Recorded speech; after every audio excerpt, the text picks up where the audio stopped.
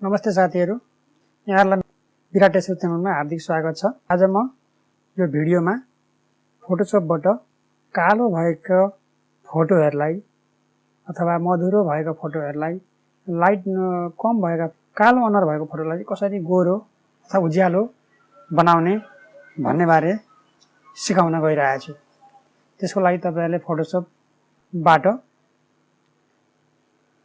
मैले देखाए जस्तै यस्तो यो कालो फोटोलाई यस्तो तरिकाको फोटोमा कन्भर्ट कसरी गर्ने, एडिट कसरी गरेर फोटोशपबाट एडिट कसरी गरेर यस्तो बनाउन सकिन्छ भन्ने सिकाउन गइरहेको छु। ल भिडियो सुरु गरौँ। भिडियो सुरु गर्नुभन्दा अगाडि यहाँहरुले मेरो च्यानललाई लाइक, सब्स्क्राइब तथा बेल आइकन थिच्नु होला। ल साथीहरु सुरु गरौँ। फोटोशप खोल्नु होला। त्यसपछि एउटा फोटो लिनु होला। त्यसपछि फोटोमा क्रप टुल युज गर्नुस्। क्रप टुलमा माथि W/H/रेस भनेछ 28 mm गर्नुस्। H मा 33 mm गर्नुस्। रेजोल्युसन 300 राख्नुस्। त्यसपछि क्रप गर्नुस्। यसरी क्रप गर्नुस्। यसरी मिलाउनुस्। कति लिने हो यसरी तान्नुस्।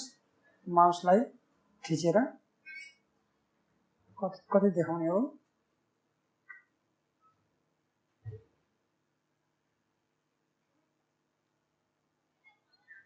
त्यसपछि इन्टर गर्नुस्। त्यसपछि कन्ट्रोल अल्ट गरेर प्लस थिच्नुस्। कन्ट्रोल प्लस थिच्नुस् जुम हुन्छ। त्यसपछि तपाईले यो ल्यासो टुल युज गर्नुस्। ल्यासो टुलमा यो चाहिँ अनुहारभरि अथवा स्किन भरिमा चाहिँ तपाईले यो घेरा लगाउनुस्। घेरा लगाउनुस्। स्किन भरिमा यो तान्नुस्। सबै गोलो कपालमा हैन स्किनमा मात्रै। त्यसपछि तपाईले यो इमेजमा जानुस्। एडजस्टमा जानुस्। त्यसपछि ह्यू स्याचुरेसनमा जानुस्। त्यसपछि मास्टर भन्नेमा क्लिक गर्नुस्। त्यसपछि येलोमा क्लिक गर्नुस्। त्यसपछि हल्का तपाई यो तान्नुस् कहाँसम्म तान्दा आफुलाई ठिक्क हुन्छ अनुहार हेर्नुस् कहाँसम्म ठिक्क हुन्छ। त्यसपछि कतिसम्म ठिक हुन्छ। त्यसपछि हल्का अझै मिलाउनुस्। यति गर्नुस्। त्यसपछि फेरि येलोमा जानुस्, रेडमा जानुस्। त्यसपछि हल्का फेरि यता प्लस गर्नुस्। मैले 15 मा राखेँ। ओके गर्नुस्। त्यसपछि कन्ट्रोल डिलिट गर्नुस्। कन्ट्रोल डिलिट हटाउँदा त हट्छ।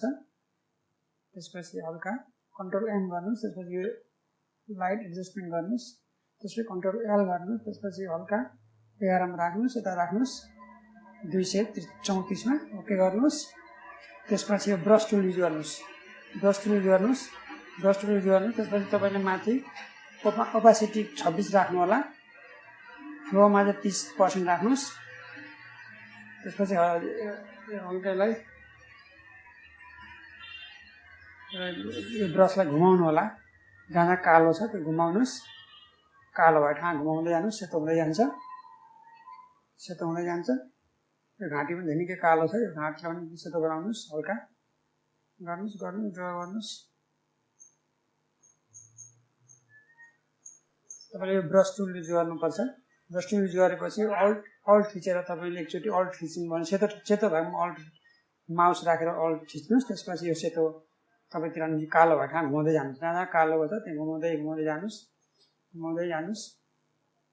गोरो हुँदै जान्छ, उज्यालो हुँदै जान्छ। अघि कस्तो थियो, अघि कालो थियो, अहिले यस्तो भइसक्यो हेर्नुस्। घुमाउँदै जानुस्। ब्रशलाई घुमाउँदै जानुस्। कालो भए ठाउँमा घुमाउँदै जानुस्। त्यसपछि फेरि कलर गर्नुस्। कन्ट्रोल बी गर्नुस्। यो आउँछ हल्का यता हान्नुस्। त्यसपछि फेरि कर्वमा गएर हल्का बढाउनुस्। हल्का लाइट बढाउनुस्।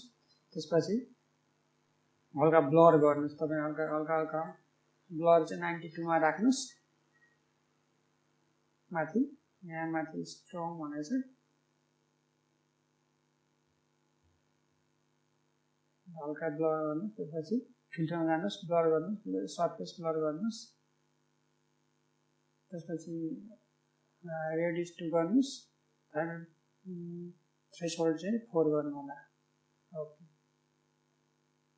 त्यसपछि तपाईहरुले यसलाई फेरि कर्भ हल्का थोरै बढाउनुहोस्, यति गर्नुहोस्।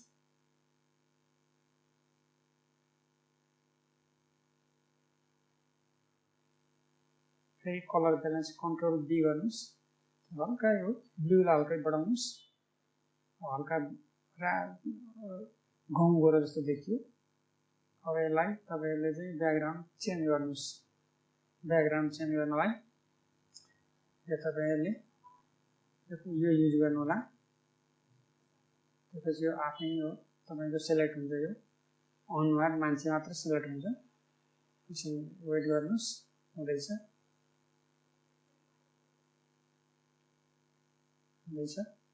आफै हुन्छ काम हो। अब यसलाई तपाईँ कन्ट्रोल एन गर्नु होला, कन्ट्रोल एन थिच्नुहोस्। त्यसपछि वेटमा मिलिमिटर राख्नुहोस्, 28 mm राख्नुहोस्, 28। तल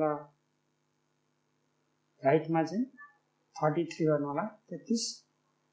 रेजुलेसन 300 गर्नु होला। त्यसपछि क्रिएट गर्नुहोस्, एउटा नयाँ लेयर खुल्छ। हल्का ड्र गरेर तान्नुहोस् यसलाई।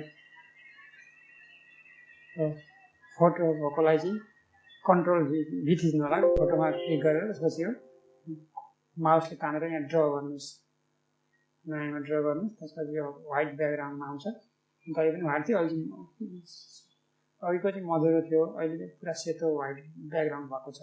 फेरि कलर ब्यालेन्समा ब्लूलाई हल्का बढाउनुहोस्, हल्का अनुहार निलो रातो भयो गाउँहरू। त्यसपछि फेरि एकचोटि ब्रस टुल युज गरौँ। हल्का यो कालो जुन यो दारी भएको ठाउँमा अलिक कालो छ, यो कालोलाई हटाउँ। यसले कालो हटाइदिउँ।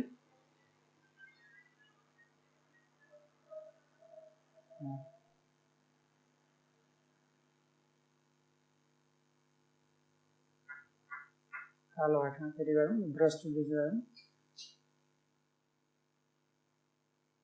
त्यसपछि उयो गरौँ, अब दुईवटा मर्ज गरिदिउँ। अब यो ब्याकग्राउन्ड यहाँ फोटो लेयर छ, यो लेयरलाई साँचो लक भएको छ, लेयर लक छ। लेयर लकलाई डबल क्लिक गरौँ, अब लक खुल्यो। अब तपाईँ एफेक्ट्समा क्लिक गरौँ, स्ट्रोक हाल्नु होला। स्ट्रोक 2 हाल्नुहोस्। स्ट्रोक भनेको चाहिँ फोटोको बोर्डर छेउछेउको बोर्डर